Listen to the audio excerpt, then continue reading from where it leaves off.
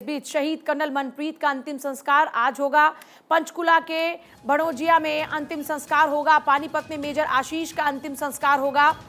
कल अनंतनाग में ये जवान शहीद हुए थे। अनंतनाग एनकाउंटर में कर्नल मेजर डीएसपी शहीद हुए। 2 आतंकवादी भी ढेर हुए उस दौरान में। दक्षिण कश्मीर के अनंतनाग जिले में सर्च ऑपरेशन के दौरान में आतंकियों ने सुरक्षा बलों पर हमला कर दिया। सुरक्षा बलों को इलाके में 3 से 4 आतंकियों के छिपे होने की खबर मिली थी और इसी के बाद वहां पर सर्च ऑपरेशन लगातार चलाया जा रहा था। छापेमारी के दौरान आतंकियों ने सुरक्षा बलों पर ही फायर कर दिया, जिसके बाद मुठभेड़ शुरू हो गई थी। और ऐसी देखिए कई अभी तक परिवार की जानकारियां मिली, जिनमें चाहे 6 साल का बेटा कबीर की बात हो, 2.5 साल की बेटी वाणी की, जो कि शहीद कर्नल मनप्रीत सिंह की कहानी है। उनकी शहादत पर सभी की आंखें नम हैं। अनंतनाग में शहीद हुए सेना के कर्नल मनप्रीत सिंह पंचकुला के रहने वाले थे। परिवार में बीवी, 6 साल का बेटा, 2.5 साल की बेटी है। मनप्रीत सिंह के भाई संदीप सिंह लगातार बातचीत कर रहे हैं मीडिया से और उन्होंने बताया कि 6 दिन पहले ही भाई से बात हुई थी। कल भी फोन आया, लेकिन मनप्रीत ने कल भी फोन किया था, लेकिन उस दौरान में मनप्रीत ने फोन नहीं उठाया। दुखद खबर उसके बाद परिवार को मिली कि मनप्रीत शहीद हो गए। उसके बाद परिवार वालों का रो रो कर बुरा हाल है। भैया ने मुझे काम दिया था, 6 दिन पहले उनसे बात हुई थी, कल फ़ोन किया तो उन्होंने उठाया नहीं, फिर हमें बुरी खबर मिली। ये मनप्रीत के भाई ने बताया। इतने कहते ही अनंतनाग में शहीद हुए सेना के कर्नल मनप्रीत सिंह के भाई संदीप सिंह रो पड़े। उन्होंने बताया कि हमेशा भैया मेरा फ़ोन उठाते थे, अगर बिजी भी होते थे तब भी हमें बता दिया करते थे कि मैं बाद में बात करता हूँ, अभी बिजी हूँ, लेकिन इस बार उन्होंने फ़ोन नहीं उठाया और इस बार सीधे खबर मिली।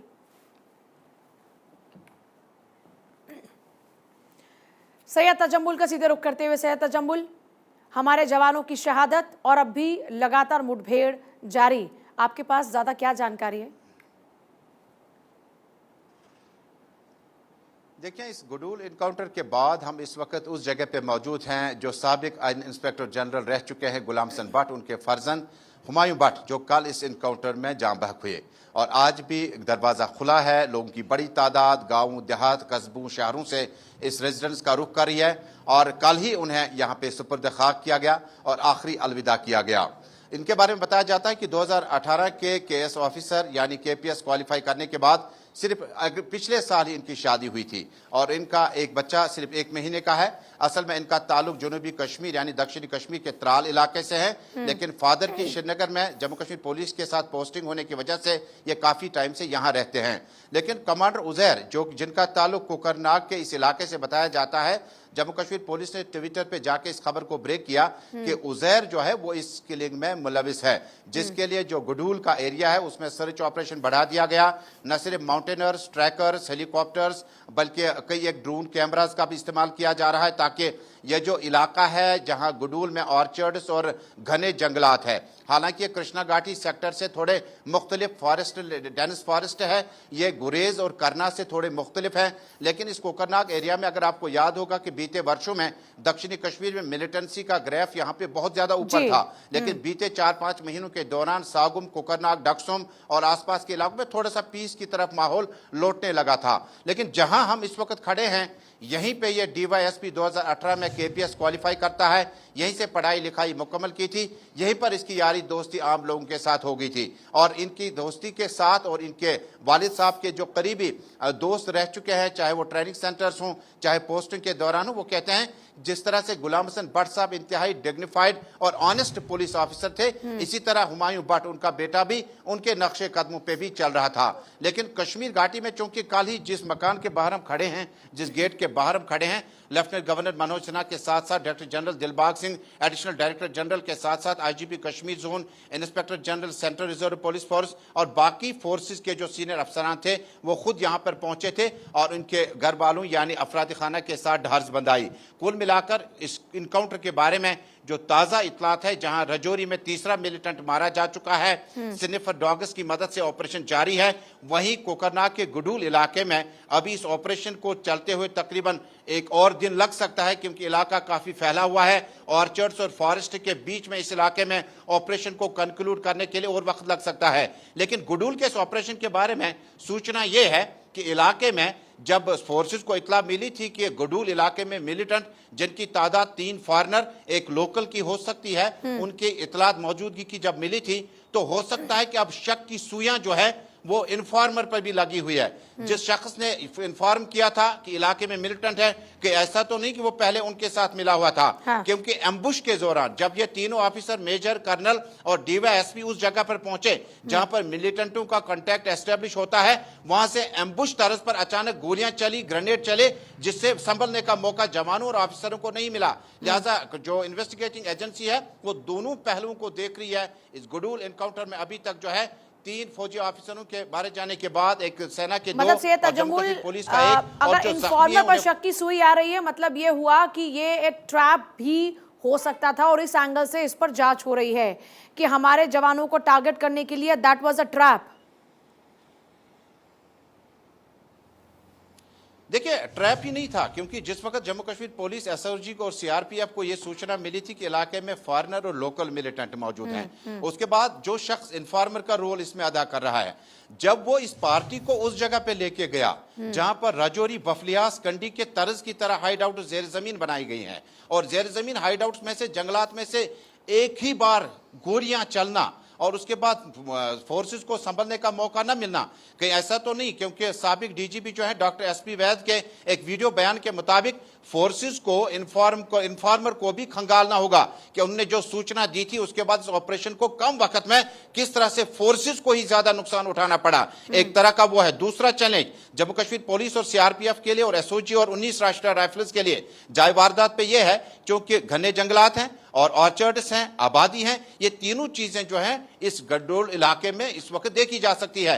और यही वजह है कि ड्रोन कैमरास के साथ साथ हेलीकॉप्टर्स और माउंटेनर्स की मदद दी जा सकती है, ताकि हाई आल्टीट्यूड पर जब आप चढ़ेंगे तो आपकी सांस नहीं फूलनी चाहिए, और उस इलाके तक पहुंचने के लिए जहां ऑपरेशन में अगर दोबारा कांटेक्ट एस्टेब्लिश होता है, क्योंकि सुबह से अभी तक इस इलाके में फायरिंग की आवाजें नहीं सुनाई दी हैं, लेकिन ऑपरेशन जो है वो रातों रात चलता रहा। जहां पे लाइट्स नस्ब करनी थी वहां पे लाइट्स, इलेक्ट्रिसिटी वगैरह रिस्टोर की गई, जहां पे नहीं था वहां पर खंगालने की कोशिश की जा रही है। अब जम्मू कश्मीर पुलिस ने अभी जो अपनी कार्रवाई है उसको मजीद तेज करते हुए स्पेशल ऑपरेशन ग्रुप कोकरनाग के साथ साथ अनंतनाग और श्रीनगर से भी बाकायदा तौर पर इन्फोर्समेंट या डिप्लॉयमेंट को बुलाया है, जिसका गालिबन ये मतलब है जो भागने के रास्ते हैं, जो निकलने के रास्ते हैं, उन्हें सील कर दिया गया। पहाड़ी क्षेत्र होने की वजह से इलाके में इस ऑपरेशन को मुकम्मल और इस पर आप ज्यादा सुरक्षा जानकारी बलों को लगातार और ज्यादा देती भी वक्त रहे लग कि सकता किस है। तरह से उस इलाके के अंदर लगातार जब मिलिटेंट पर शिकंजा कसने के लिए प्रयास किए जा रहे तो किस तरह के चैलेंजेस का सामना करना पड़ रहा है। बहुत शुक्रिया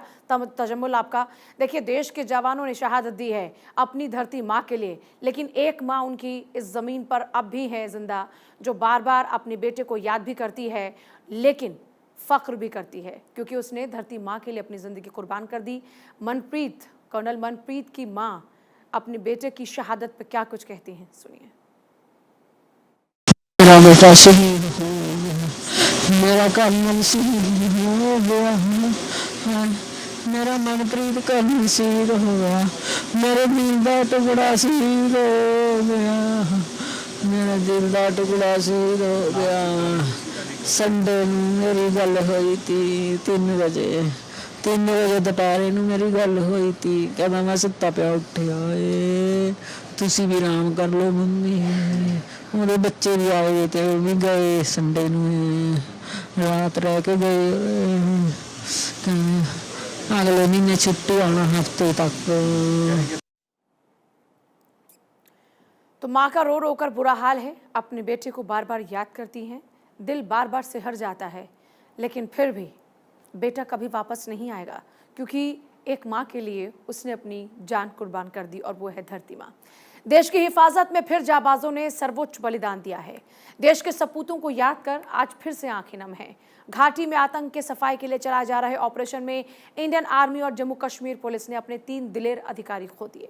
इसके अलावा वतन की हिफाजत में 2 सिपाहियों ने भी बलिदान दिया। देखिए रिपोर्ट।